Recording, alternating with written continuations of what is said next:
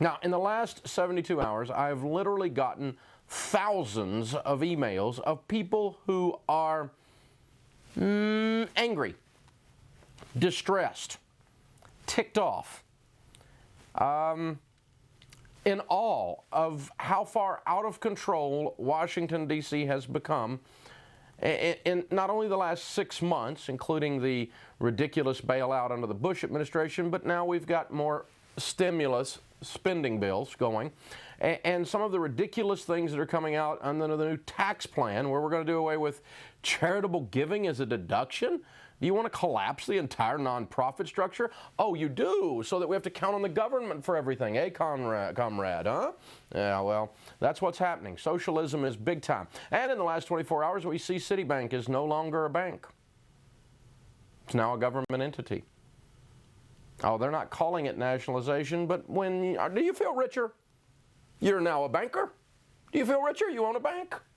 America, you're now in the banking business. You already ran most of the mortgage business, like about 98% of the mortgages that were handled out there were run by you, the taxpayer, through this ridiculous thing we call Washington, D.C., the federal government.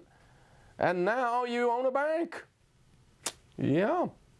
And those of you that used to own Citibank shares, you just got squeezed out of about 75% of your ownership. Yeah, they just kind of pushed you out. It's called government confiscation of wealth. Yeah, it's theft by the federal government. All in the name of taking care of the little people, because the little people all depend on Citibank to live. But now Citibank is, quote, not nationalized, but it is. I mean, the federal government now owns 27% of it, and you are the federal government, so you should feel richer. You're now in the banking business. If you do not like the way this is going, it's too late to vote for someone because the voting is over for a couple of years.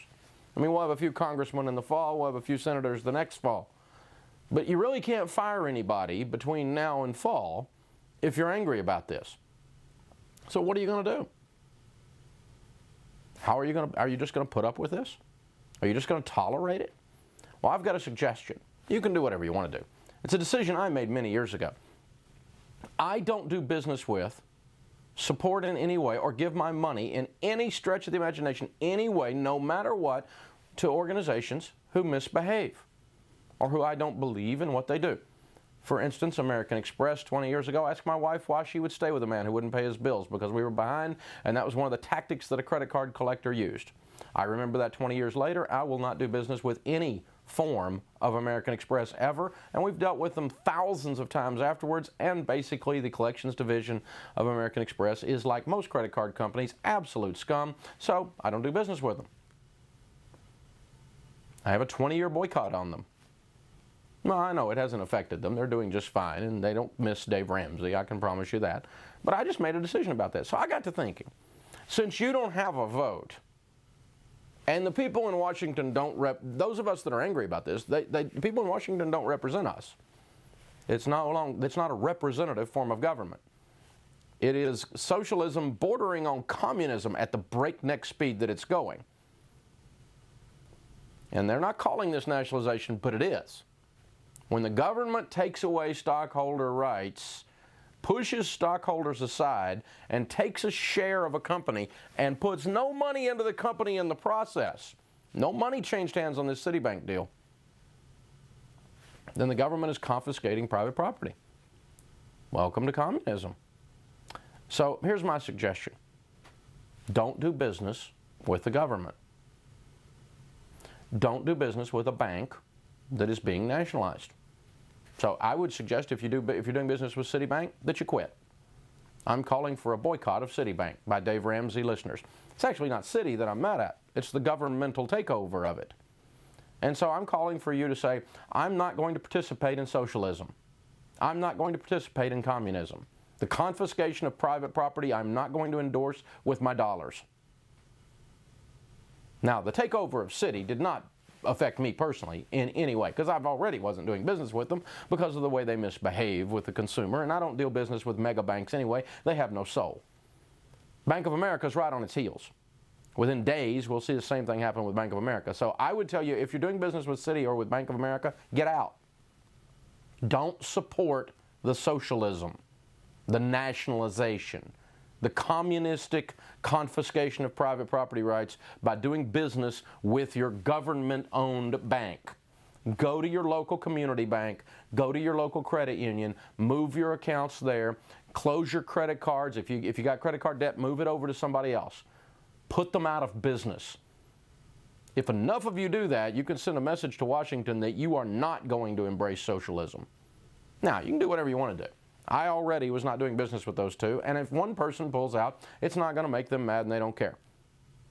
But I'm just starting to wonder if 4 or 5 million people all of a sudden quit doing business with Bank of America and quit doing business with Citi because of governmental takeovers and watch Bank of America stock. I mean, it's a matter of minutes before they come in and swoop in and in the name of stabilizing the economy, confiscate stockholder rights. So let them have it, people. You don't have to put up with this, and you can mail them a tea bag or two in the mail while you're doing it. What if you mailed every one of your congressman and senator a tea bag? Indication this is a tea party. We're done with you people. I'm not putting up with this. You're not going to take everything that I've worked for. You're not going to take my private property. It's not going to happen. Not in the form of taxes, not in the form of you taking over banks. I'll just quit doing business with them. I'll put you out of business. If enough people bail on those two banks, that'll tell the government that it's not going to work because customers don't want to do business with the federal government. Hey, tell me one thing in the federal government that works efficiently. One thing. No such thing. The military does. Other than the military, we can set those great gals and guys aside. But honestly, the ones that are in the military, I tell you, it's not always that efficient.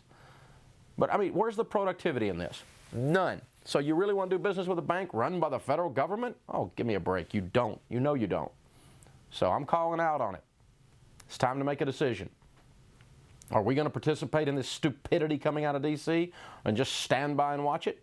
Or are we going to have a tea party? I think it's time to have one. Mail your senators, your congressmen, your presidents some tea. Let them know you're done. And pull your accounts out of those two banks. That's my 2 cents worth. Let the hate mail begin.